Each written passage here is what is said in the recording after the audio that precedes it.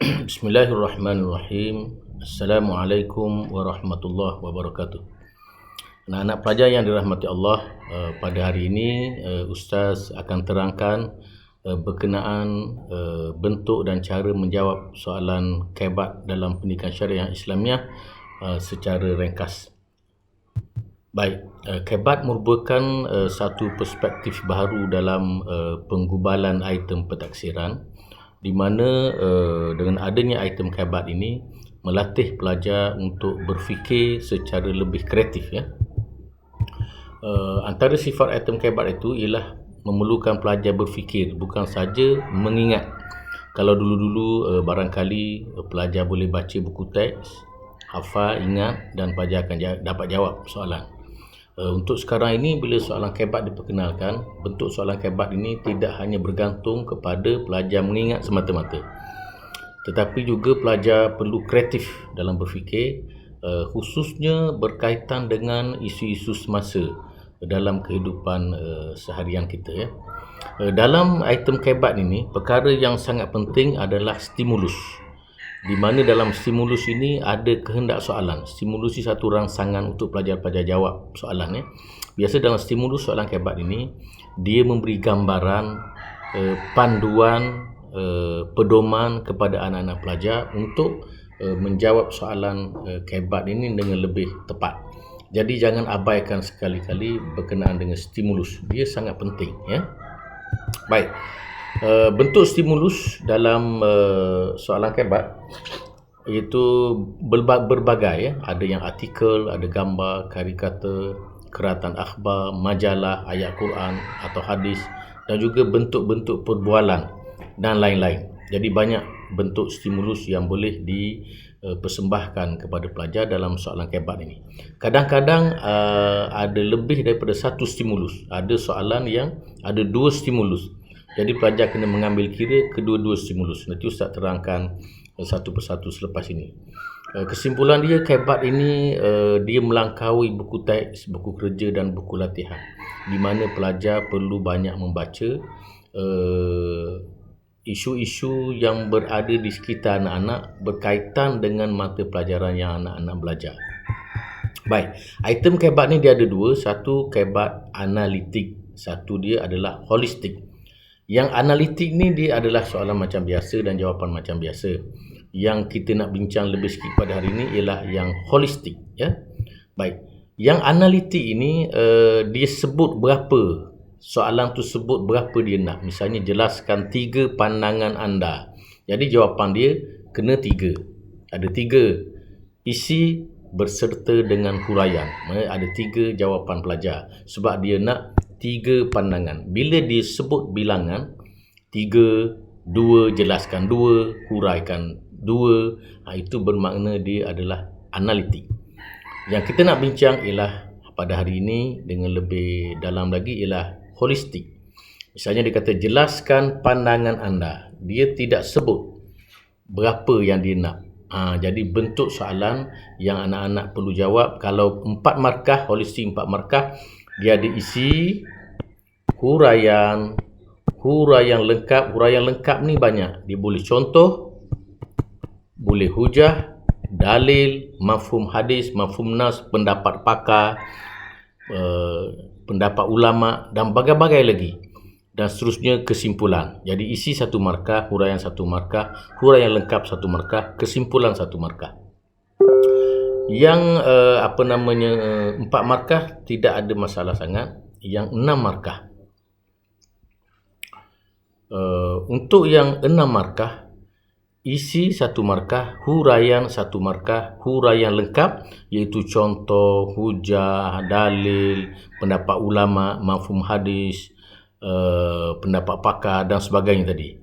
Lepas tu huraian kepada huraian lengkap 1 markah. Lepas tu ada kesimpulan ringkas 1 markah dan kesimpulan lengkap 1 markah. Baik, ini adalah bentuk skema jawapan yang dikendaki untuk guru-guru menanda kertas jawapan pelajar. Saya berpandangan yang ini khusus kepada pemeriksa atau penanda kertas sahaja. Untuk pelajar, kalau pelajar yang sederhana ataupun yang agak ras rendah, saya rasa dia akan timbul kekeliruan. Ada huraian, lepas tu ada huraian lengkap, sudahlah huraian lengkap, ada pula huraian kepada huraian lengkap. Lepas tu kesimpulan ada dua pula, kesimpulan ringkas ada, kesimpulan lengkap ada. Jadi ustaz mencadangkan supaya dia lebih ringkas. Ustaz cadang macam ni. Ini untuk pelajar arah sederhana. Bagi pelajar yang asrama penuh, yang dah hebat-hebat, maka dia tak ada masalah. Baik, untuk 4 markah holistik untuk pelajar biasa ya. Isi huraian, lepas tu anak-anak tulis contoh, hujah atau dalil. Mana anak-anak pilih? Misalnya isi huraian anak-anak ambil contoh. Jadi tak payah tulis hujah dengan dalil. Isi huraian contoh, kesimpulan. Jadi mudah. Nanti ustaz tunjukkan dalam soalan dan jawapan supaya lebih mudah. Kalau anak-anak nak katakanlah nakkan hujah, anak tak boleh tulis yang lain. Huraian, yang kedua hujah, lepas tu kesimpulan. Jadi ustaz nak mencadangkan kepada pelajar-pelajar yang arah sederhana ni, isi huraian, lepas tu anak-anak boleh pilih contoh atau hujah, dua itu saja. Tak payah pilih yang lain. Nak cari dalil rasa susah, ataupun pendapat-pendapat ulama kita rasa susah. Yang paling mudah ialah dua, contoh dengan hujah. Contoh kita boleh ambil contoh. Hujah ini ialah satu fakta yang menyokong huraian. Dah jadi hujah. Ini menunjukkan, ini menyebabkan, ini dikuatkan lagi ayat dia. Okey, nanti kita tengok dalam contoh jawapan. Baik, yang kedua yang 6 markah. Yang 6 markah anak-anak boleh ambil isi, huraian, contoh, hujah atau dalil. Yang 3 ni yang ustaz highlightkan ialah contoh atau hujah. Yang lain tu tak payah. Sebab mempelajar susah. Jadi bila anak-anak ambil isi, huraian, yang ketiga contoh, maka yang seterusnya ialah huraian contoh. Kalau anak-anak ambil isi, huraian, hujah, yang seterusnya ialah huraian hujah. Lepas tu kesimpulan buat satu je. Tapi anak-anak pastikan dalam kesimpulan ada 2 isi. Sebab dia 2 markah. Nanti ustaz tunjukkan dan contoh jawapan nanti. Jadi kesimpulan dia, anak-anak ambil isi, huraian, contoh, kesimpulan. Kesimpulan tu ingat ada 2 isi kerana dia 2 markah. Baik. Soalan kebat ni dia ada soalan yang 2 markah, ada soalan 4 markah, ada soalan 6 markah. Dan ada soalan 2 campur 4 markah. Baik, untuk soalan 2 markah, contoh macam ni. Dia bagi gambar, dia kata apakah hukum bersanding dalam sesuatu perkahwinan. Baik, kalau tak ada gambar tu pun, soalan tu boleh jalan. Apakah hukum bersanding dalam suatu perkahwinan? Tetapi dalam kebat, yang ustaz cakap tadi, gambar ataupun stimulus yang diberikan tu, dia mesti ada sesuatu kepentingan yang mana dia nak beri gambaran kepada pelajar, membantu pelajar untuk jawab soalan. Baik, ada orang tengok gambar tu, dia kata, ada pakai tudung, ini menutup aurat. Barangkali dia boleh kata, hukum bersanding. Hukum bersanding adalah harus jika pengantin menutup aurat. Okey, soalan kebat ni dia bergantung kepada alasan dan andaian. Alasan dan gunakan andaian. Kalau alasannya betul, hukumnya akan jadi betul. Untuk yang biasa, hukum mesti betul.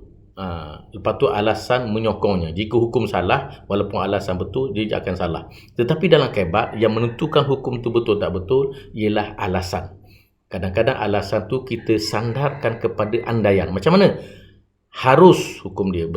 Hukum bersanding harus jika itu adalah andaian, jika pengantin menutup aurat. Sebab dia tengok gambar tu. Baik, kadang-kadang dia tengok gambar, macam ketat je, ini di segi aurat mungkin tak berapa bagus. Mungkin dia boleh kata haram jika pengantin tidak menutup aurat. Macam tu. Itulah, dan ini beberapa contoh jawapan ya. Misalnya haram kerana mengikut budaya Hindu. Asal perkahwinan ini, bersanding ini adalah budaya Hindu. Ataupun dia kata haram jika pengantin tidak menutup aurat atau terdedah kepada fitnah. Atau dia kata harus jika bersanding di kalangan ahli keluarga dan menutup aurat. Makruh jika bersolek berlebihan. Jadi banyak pilihan hukum ya, banyak pilihan hukum. Boleh kata kita kata harus kerana bersanding merupakan adat yang telah diterima pakai oleh masyarakat Melayu. Pun boleh. Jadi banyak pilihan jawapan.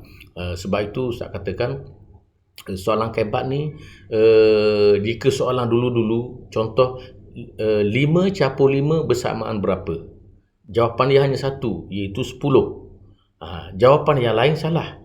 Sedangkan kebat sekarang dia seolah-olah soalannya begini, berapa capur berapakah jadi 10? Orang kata 2/8 betul, 1/9 betul, 3/7 betul, 5/5 betul, 8/2 betul. Bermakna kebat ni dia pelbagai bentuk jawapan, ya, dengan syarat alasan tadi, alasan betul. Baik, begitu juga soalan yang pernah keluar dalam SPM, iaitu berinai. Apakah hukum dan alasan seorang yang berinai di tangan seperti gambar di atas? Okey, jawapan untuk tahun ini dia kata haram jika lukisan tersebut kekal seperti tatu. Jika tu adalah bentuk andaian, ya. Dia kata harus jika lukisan tersebut boleh tidak bersifat tidak kekal. Juga boleh juga pada tahun tersebut juga menerima jawapan makruh kerana dia perhiasan yang berlebihan pun diterima pada skema pada tahun tersebut, ya. Baik, seterusnya soalan yang 4 markah. Baik, anak-anak perhatikan betul-betul soalan 4 markah. Antara sebab berlakunya perceraian dalam kalangan umat Islam di negara ini ialah kerana faktor gaji suami rendah. Okey, anak-anak kena garis kehendak, ya. Adalah kerana faktor gaji suami rendah. Kesannya si isteri dan anak-anak tidak memperolehi keperluan kehidupan sebagaimana mereka harapkan. Tidak memperolehi keperluan kehidupan sebagaimana yang diharapkan. Baik. Bila anak-anak kena baca betul-betul, ada orang berpandangan dia baca, wah, ini suami tak beri nafkah. Apakah dalam stimulus ini menunjukkan suami tidak mampu beri nafkah? Okey, sebab dikata tidak memperolehi keperluan kehidupan sebagaimana yang mereka harapkan. Kalau sebagaimana yang mereka perlukan atau sebagaimana yang mereka sepatutnya dapat, lain. Ini sebagaimana mereka harapkan. Jadi ada dua pandangan di situ. Mungkin ada berpandangan, oh, ayat ini menunjukkan bila suami tak dapat bagi nafkah. Oh, ayat ini ada orang lain pandang ayat ini bukan dia tak bagi nafkah, tapi dia tak boleh memenuhi keperluan sebagaimana yang diharapkan. Mungkin suami dia harapkan kereta Ferrari, isteri dia harapkan kereta Ferrari, tapi suami hanya dapat bagi potong saga saja, contoh. Jadi anak-anak kena jawapan tu akan hendaklah dijuruskan kepada alasan-alasan yang munasabah. Jadi soalan dia, berdasarkan pernyataan di atas, jelaskan ulasan anda terhadap kewajaran segelintir isteri yang memohon perceraian kerana sebab di atas. Baik, cuba kita tengok jawapan. Isi. Tulis penuh, ya, tindakan isteri yang mohon cerai disebabkan gaji suami kecil adalah tidak wajar. Jangan tulis tidak wajar saja. Dia macam tak komplit, walaupun dari segi skema dah boleh sebenarnya. Tetapi kita nak supaya pemeriksa yang memeriksa ini dia faham, oh, ini soalan untuk isteri yang memohon cerai tadi. Okey, tulis penuh. Tindakan isteri yang memohon cerai disebabkan gaji suami kecil adalah tidak wajar. Huraian dia, sekiranya, perkataan sekiranya adalah andaian, ya. Sekiranya suami mampu memberi keperluan asas yang minimum. Keperluan asas yang minimum ni adalah kewajipan nafkah yang minima. Lepas tu kita terus buat contoh. Kita ambil contoh. Contoh tu huraian lengkap tadi kan. Kita ambil contoh terus. Seperti makan, minum, pakaian dan tempat tinggal. Ini adalah keperluan asas minimum yang wajib diberi oleh suami. Kesimpulan, oleh itu seorang isteri hendaklah redha dengan pemberian suaminya dalam kadar yang sepatutnya. Maknanya dia redha dengan pemberian suami mengikut kadar kemampuan suami dia. Baik, di sini adalah menunjukkan bahawa seolah-olah apa yang diperlukan oleh isteri tadi bukan maknanya suami tidak mampu memberi nafkah.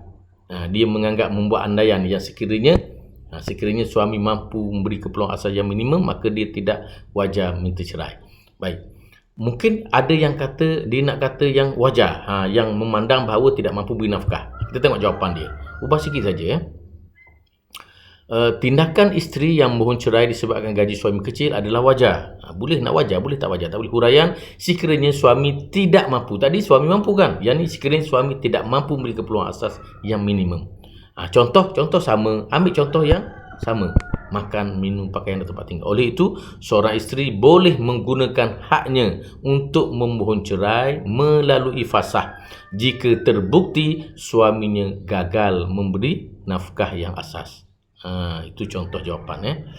Okey, perlukah anak-anak nak buat petak macam ni? Kalau anak-anak tak buat petak macam ni pun ada fakta cukup dia beri markah. Tapi bagi peribadi Ustaz, pada pelajar-pelajar Ustaz galakkan buat macam ini supaya memudahkan pemeriksa menanda fakta-fakta yang sepatutnya. Baik, soalan 2 markah, 2/4 markah. Soalan 2/4 markah. Baik. Abu seorang eksekutif pemasaran di sebuah syarikat ingin membeli sebuah kereta Myvi yang berharga 45,000. Tetapi beliau hanya mempunyai simpanan sebanyak 15,000 sahaja. Beliau telah berbincang dengan pihak bank untuk merealisasikan impiannya itu. Apakah bentuk muamalah yang sesuai bagi situasi di atas? 2 markah. Yang kedua, jelaskan 2 syarat bagaimana muamalah tersebut sah mengikut syarat. Baik. Soalan yang kedua itu dia adalah kebat analitik. Sepasal disebut 2 markah, 2 syarat. Baik. Dia ada duit 15,000 saja, kereta harga 45,000. Jadi anak-anak telah belajar tentang muamalah al-bai' bi thaman ajil. Al-bai' bi thaman ajil, barang dapat dulu, bayar ansur-ansur kemudian. Berbanding dengan bai'us salam. Bai'us salam bayar dahulu, barang dapat kemudian. Jadi kita tengok jawapan dia. Baik. Jawapan dia, pastikan anak tulis nombor soalan tadi. Baik. Jawapan dia al-bai' bi thaman ajil. Al-bai' bi thaman ajil. Dapat 1 markah. Apa penerangan dia? Penjualan barangan dengan bayaran yang bertangguh. Ataupun yang merah ni, ataupun orang kata jualan yang disegerakan penyerahan barang, bayaran harga ditangguhkan secara angsuran. Dapat 2 markah. Baik, syarat dia, 2 syarat tadi, barang hendaklah diserahkan kepada pembeli terlebih dahulu selepas persetujuan atau perjanjian. Dia ada 3 unsur. Yang pertama, barangan. Yang kedua, bayaran. Yang ketiga, hak milik. Hak milik. Baik, barangan hendaklah diserahkan kepada pembeli terlebih dahulu selepas persetujuan atau perjanjian.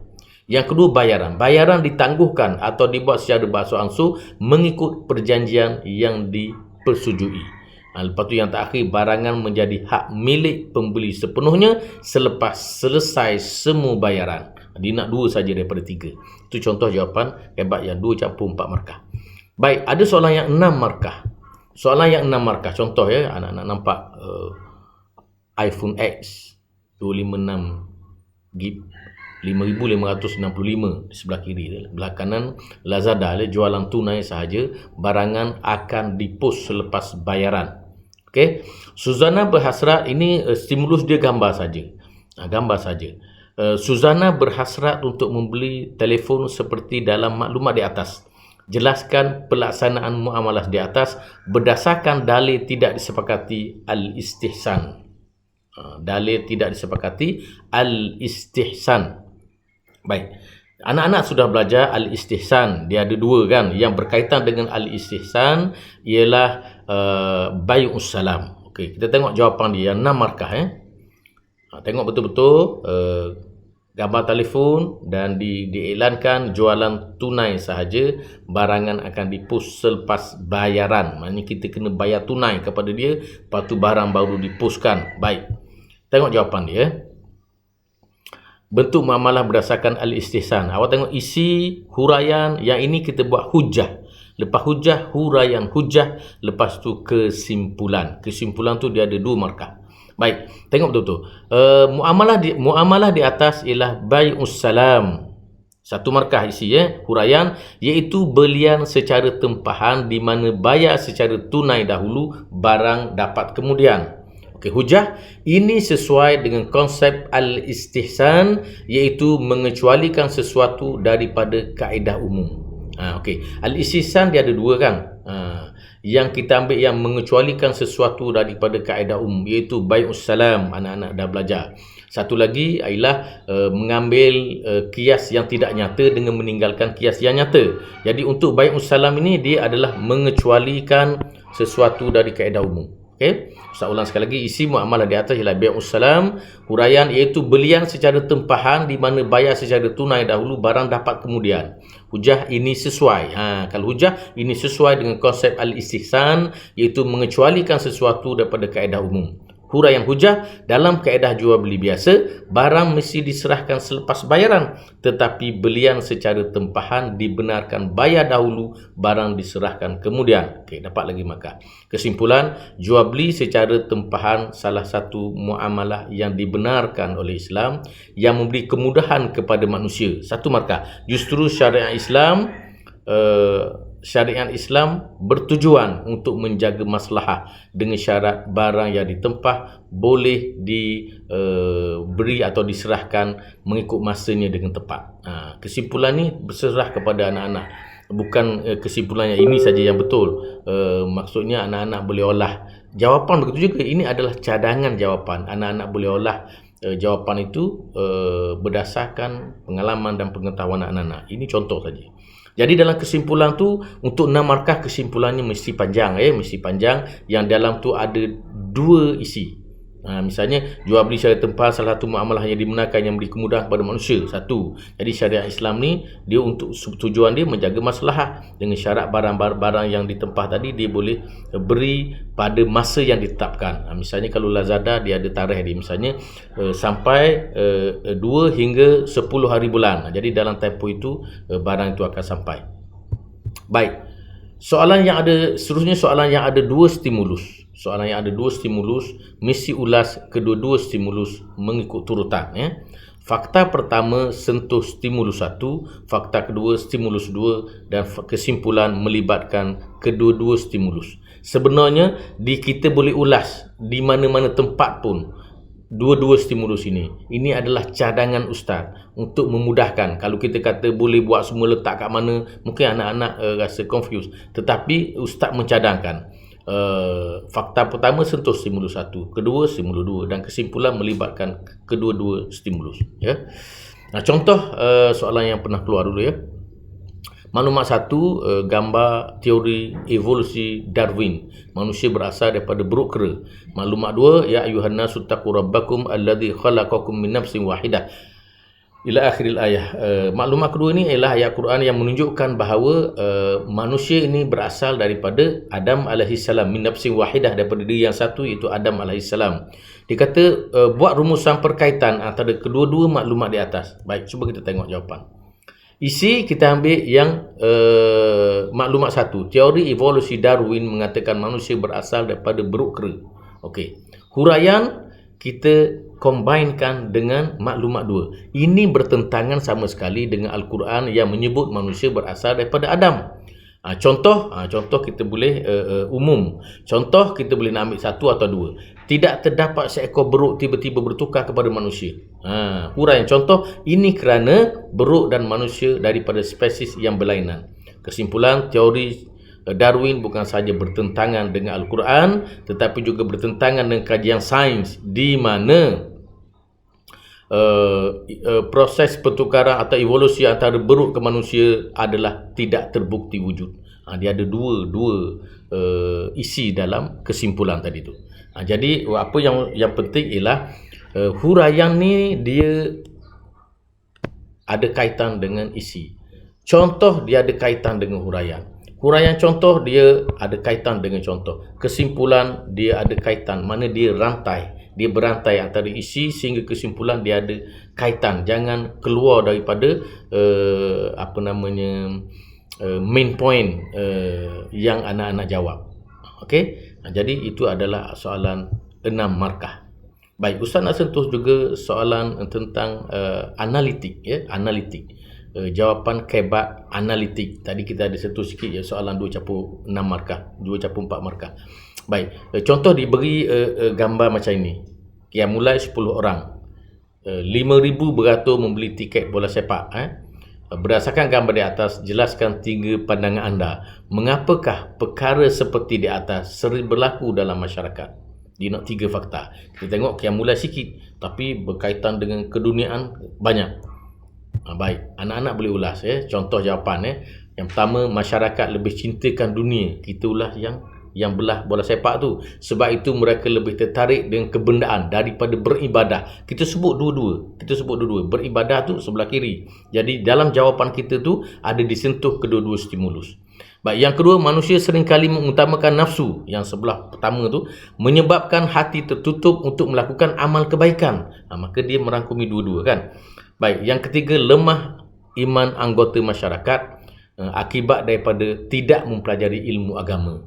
Jadi ketiga-tiga jawapan ni dia menyentuh secara tidak langsung kedua-dua gambar di atas.